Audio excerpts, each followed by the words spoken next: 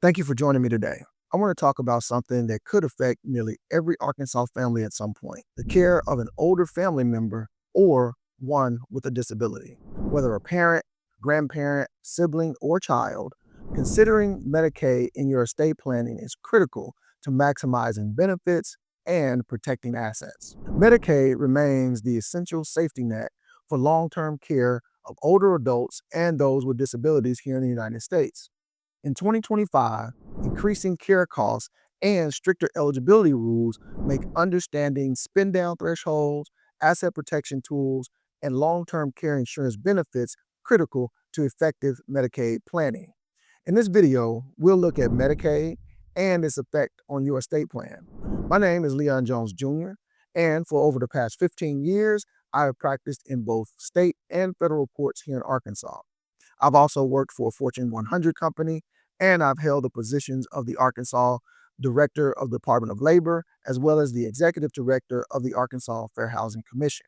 Now, I'm the managing attorney here at Big Rock Legacy Law Group, where we advise and represent clients in business law, civil litigation, estate planning, and family law. Over these many years, I've had families deal with this very issue, and I hope this video provides some insight into how I provide my advice, which is different for every family.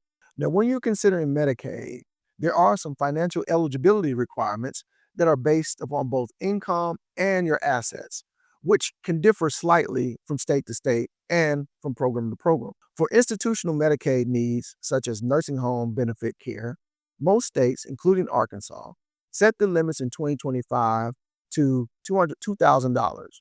The income limit is $2,901 per month for an individual. The maximum allowed community spouse resource allowance in 2025 is $157,920, which protects portions of the married couple's joint estate for the non-applicant spouse. Clients whose resources exceed Medicaid limits must spend down excess assets in order to reach allowable thresholds. Spend down can include paying off debts, purchasing exempt assets, prepaying funeral needs, and making improvements to your home. To learn more about how we assist our clients with these and other types of legal situations, click the link below and let's get started today. There are two asset types to be considered when planning for Medicaid. There's the countable and there's the non-countable assets. The first type is called countable or non-exempt assets.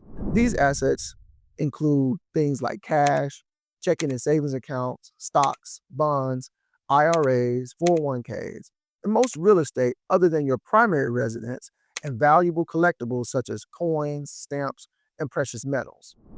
Income producing real estate, additional vehicles, and revocable trust are also considered countable or non-exempt assets. The second type is the non-countable or exempt asset category, such as your primary residence, with an equity limit of about $730,000 in 2025, which means if your equity is greater than this limit, the excess equity could be non-exempt from the calculation. One automobile, household furnishings, personal belongings, irrevocable burial trusts, about $6,000, and certain life insurance with cash values below $10,000 could be exempt, meaning you could keep those assets and still qualify for Medicaid. Considering these types of assets you're working with, let's discuss some planning strategies. First, make sure you spend countable assets on exempt purchases, such as home improvements, a new car, prepaid funeral expenses, and not on non-exempt purchases like a vacation home, an RV, or rental property. Also, move excess assets into non-countable forms before applying for Medicaid assistance, meaning update your home furnishings, make improvements based upon a disability to improve your ability to enjoy your home, purchase a vehicle which may be fitted or may have to be fitted or accommodated for a disability.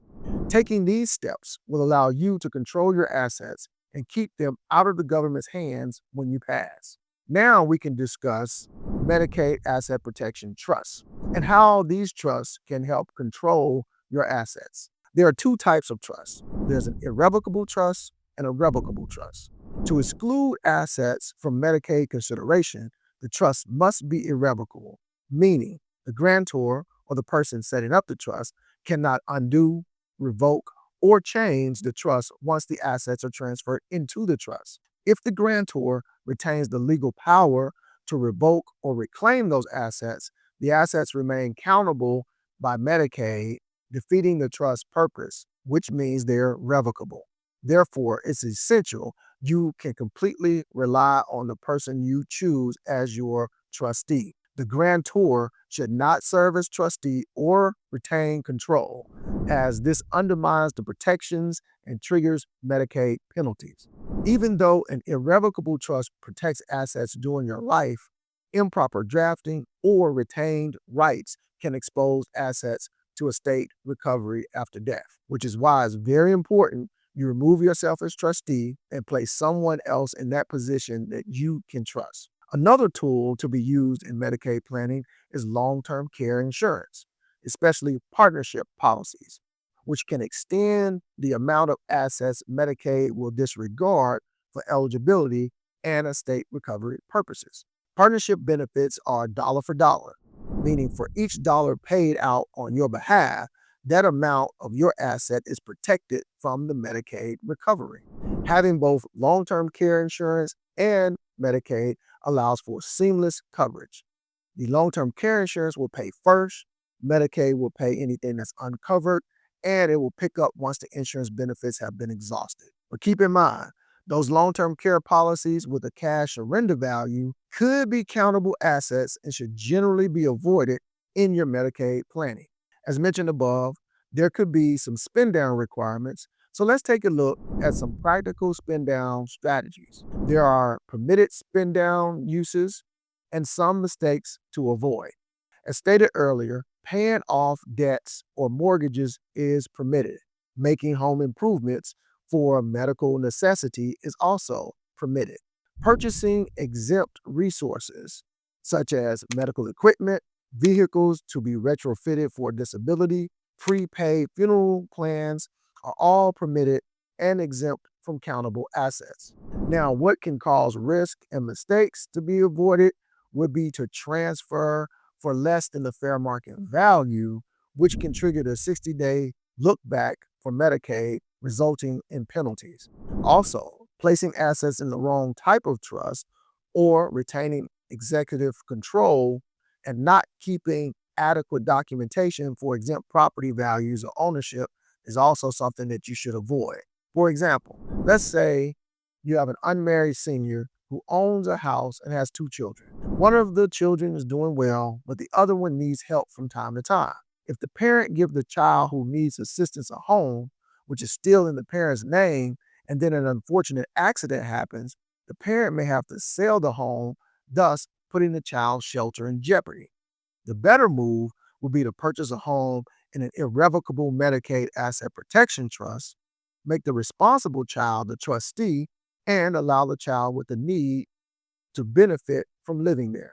Proactive Medicaid planning requires detailed knowledge of the current thresholds, careful asset management strategies used such as trusts and long-term care insurance will help in this type of planning. The stakes, both the terms for the client's autonomy and family legacy, underscore the need for professional guidance and coordinated planning with experienced advisors. I encourage each of you to evaluate your situation early and discuss your unique needs with qualified professionals to secure the best outcomes. If any of the examples today sound familiar, it may be time to review and update your plan with an experienced Arkansas estate planning attorney, one who can make sure everything works together seamlessly. When it comes to building a legacy and passing on a legacy for your family, plan with full awareness of both legal presumptions and potential consequences. Secure trusted guidance. Make sure that you document your intentions thoroughly and